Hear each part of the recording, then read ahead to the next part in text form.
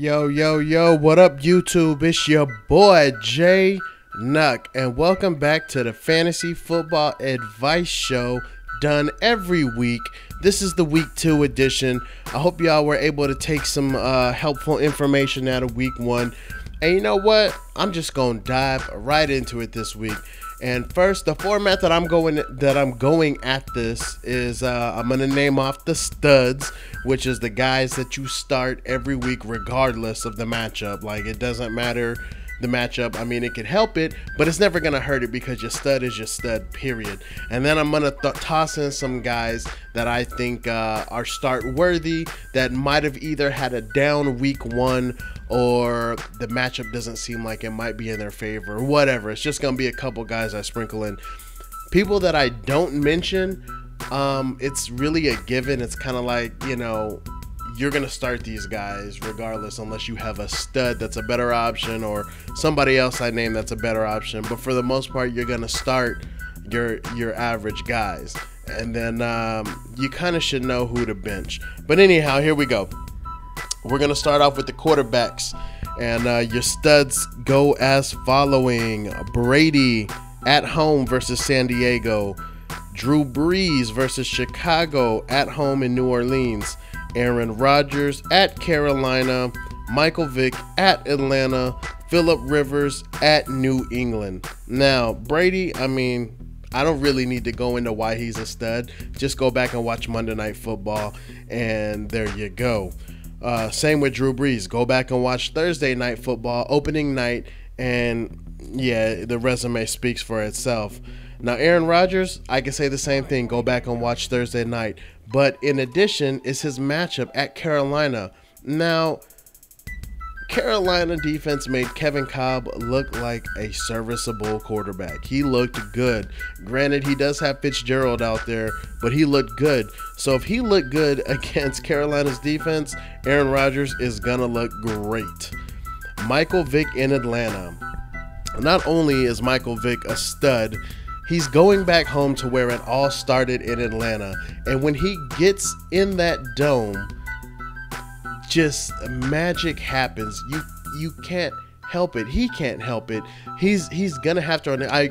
I really think he's gonna rush for over 100 yards, as well as having nice quarterback stats, throwing the ball and, you know, all that good stuff. He'll throw maybe like 2 touchdowns. He's going to run one in, and he's going to be the Michael Vick of old plus the new stuff he's learned. So expect for him to have a huge game. He's going to receive a good homecoming too, because they still love him in Atlanta. They didn't want him to go, and it wasn't his decision on why he left. So be on the lookout for that. And Phillip Rivers, he didn't have a great week 1, but he did what he was supposed to do on average. But I think playing New England, he's going to have to toss the ball around quite a bit. So I think that's going to lead to him having a pretty elite game, kind of like Aaron Rodgers on Thursday night. So quarterbacks that had a down week 1 that you should start this week is Big Ben, first of all, versus Seattle at home in Pittsburgh. Now, Seattle's defense, they're no Baltimore defense. So expect for Big Ben to do what you expected him to do week 1. He's gonna get it done, trust me. And plus they're at home, so they're on a mission. Same with Matt Schaub. They were playing the Colts. They really didn't need to pass the ball much, and this week they're gonna be in Miami. Number 1, go see Tom Brady's game Monday night in Miami. And number 2, Schaub will toss the ball around. He's going to get Andre Johnson even more involved, as well as Owen Daniels. So definitely go ahead and start Big Ben and Schaub as well. Now let's move on to the running backs.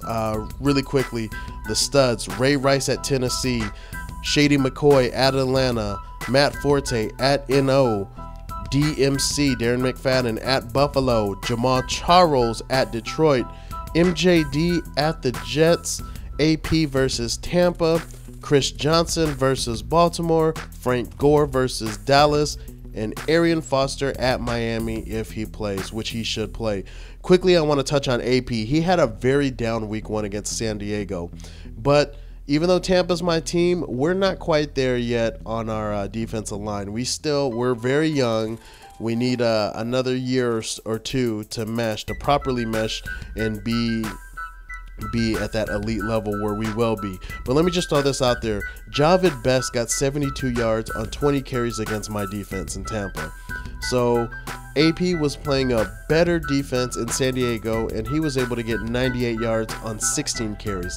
So expect for Minnesota to get AP more involved in the run game this week, and especially against Tampa, he's going to have a bounce back. I say he's going to easily clear the 100-yard mark, probably get like 120 yards, and expect for him to add a couple TDs on there.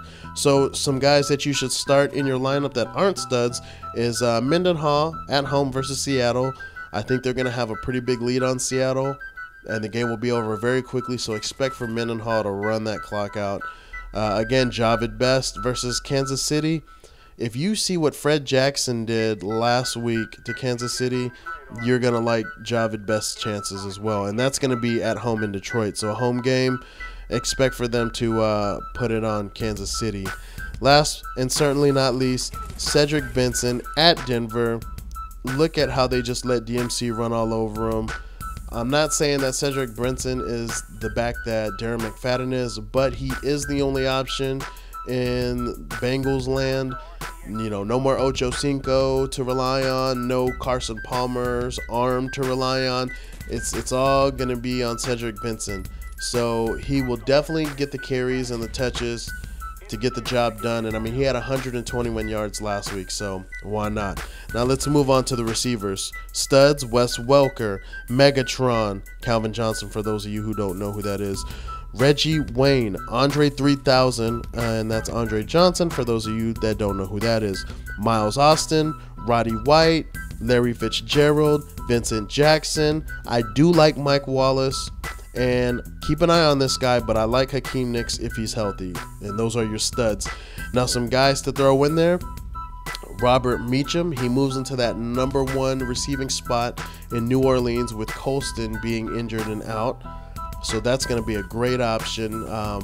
I believe he went over 100 yards and caught quite a few passes. So he's a great option to go ahead and get in the lineup. Santonio Holmes, I like him this week. Kenny Britt, even though he kind of had one play that really made him look like a stud, that's why I scale it back and just put him as a definite start. He's definitely the go-to guy after Chris Johnson, so definitely get Kenny Britt in there.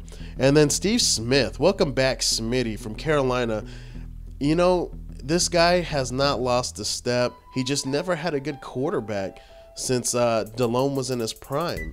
So now that he's finally got a decent quarterback in Cam Newton, I think Steve Smith is back, not quite elite level where he used to be, but he will definitely be a serviceable wide receiver too for sure.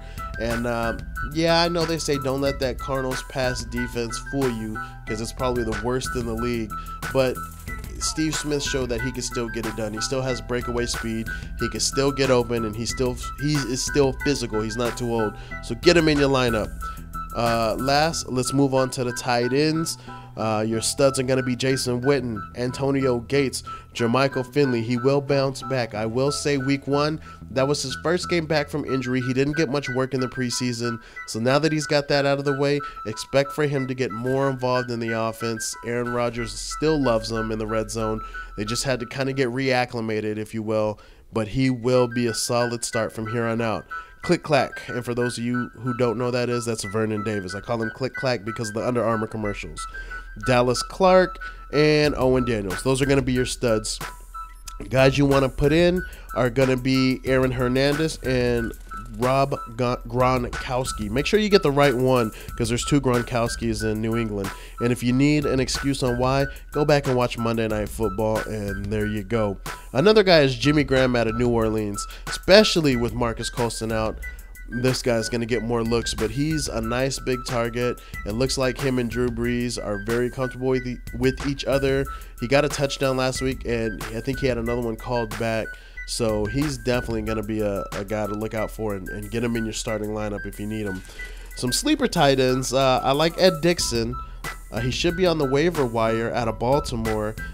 With Anquan there and Lee Evans stretching the field, Ed Dixon's going to get a lot of the stuff in the middle. And he might be a nice big red zone target for Flacco. So I like Ed Dixon and also Scott Chandler out of Buffalo. with Lee Evans leaving Buffalo, Stevie Johnson's the man, but they still need that second option in the air attack, and I think Scott Chandler is that guy. He got 2 touchdowns from Ryan Fitzpatrick and looked like he's a viable option. So that's it for this week.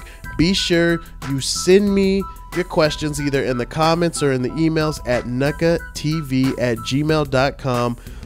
That will be provided in the description as well. And you know what? I'm going to leave you guys with some parting shots real quick, even though the video is over. Some waiver wire sleepers. You might want to go out there and get Caddy if you're a Steven Jackson owner, or if not, he will be great for a week 2 replacement if you need it as a running back 3 or a flex option. Also, Darren Sproles will be nice. Devery Henderson and Deion Branch seems to be the guy because Ocho's just not getting it done in New England. So take all that information. You can take it with a grain of salt, or you can go and apply it if those guys are available and if you need it. The waiver wire pickups aren't, whole season fixes. They're usually band-aids or quick fixes, or guys that have the potential to break out, but don't invest too much in them. But you definitely don't want to ignore it, because you don't want to have that opportunity to pick up one of these guys and they blow up and explode right in front of your face, and you're like, wow, I could have had that guy, but I slept on him. So definitely, if you can afford it, go out there and get these guys. And thanks for tuning in. Email me your questions, leave them in the comments, let me know the feedback, and that's what it is. It's your boy JNuc, and I'm out. Peace.